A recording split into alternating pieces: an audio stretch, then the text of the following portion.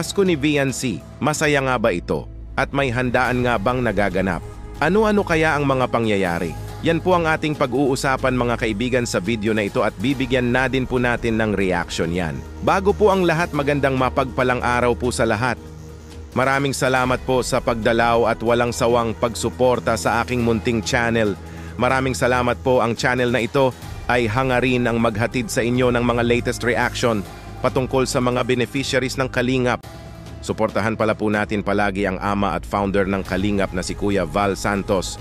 Matubang at kanyang anak na artistahin, napakagwapong idol ng lahat na si Idol Kalingap Rab. Maraming salamat po.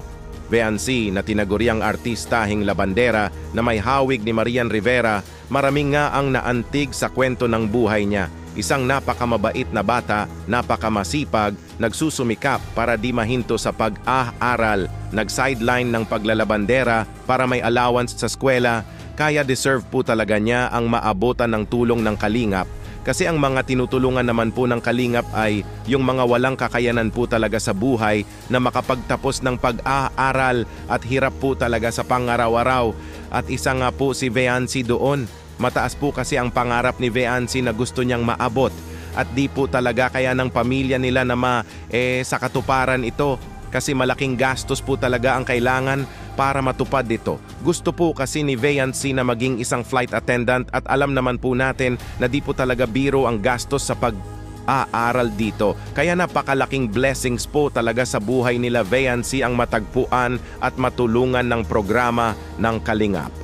Nakinuha nga siya ni Kuya Rab na maging isa sa mga scholar ng Kalingap at dinapo nila po problemahin ang pag-aaral niya financially. Ang kailangan lang ni VNC ay mag-aaral ng mabuti.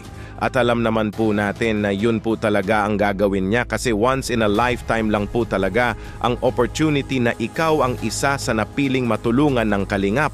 Kasi sa sobrang dami na gustong maabotan ng tulong ng Kalingap, ay kung ikaw po talaga ang napili at sa tingin nila nakarapat, dapat ka po talaga, ay wag na po talaga itong sasayangin at ipakita mo ito na di po talaga nagsisi ang Kalingap na natulungan ka.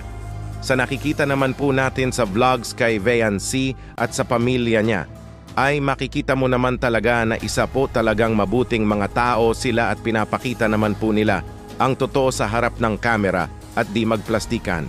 Kamusta na kaya ang Pasko ng pamilya ni VNC?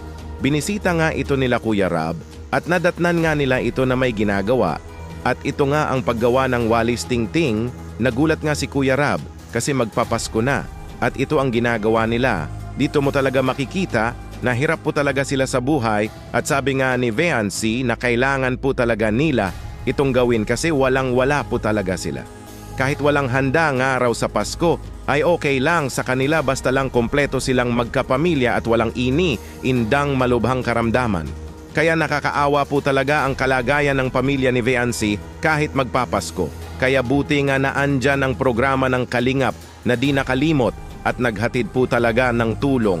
Mga groceries na panghanda nila sa Pasko at para na din sa paparating na bagong taon. At may pera pang ibinigay kaya sobra po talagang saya ng pamilya ni VNC na may team Kalingap na dumating sa buhay nila. At di po talaga napigilan ng nanay ni VNC ang maging emosyonal at napaiyak nga ito. Yan po talaga ang sinabi nilang tears of joy. Kaya masayang masaya po talaga sila ngayong Pasko kasi sama-sama silang buong pamilya na may handa. Kahit di man ito ingrande, basta maranasan man lang nila ang sasalubungin ng Pasko at bagong taon ng saya at ngiti ng dahil sa Kalingap. God bless po sa buong family mo VNC. Mag-ingat po kayo palagi. At maraming salamat po talaga sa Team Kalingap kahit busy ang isa't isa nyo ngayong Pasko ay di pa rin kayong makalimot na sumingit ng oras para sa mga beneficiaries nyong kailangan maabotan ng tulong. Especially na po kasi Pasko at magbabagong taon. At pati na rin po sa mga mabubuting sponsors na kung di dahil sa inyo ay mahirapan po talaga ang Team Kalingap na walang suporta galing sa inyo, mabuhay po kayo. Dito muna lang po tayo mga kaibigan. Ano po masasabi nyo tungkol dito? Mag-comments lang po kayo, pag-usapan po natin yan, pa-like naman po ng video at pa-subscribe na din po. Maraming salamat po, Happy New Year sa lahat, ingat po kayo palagi and God bless us all.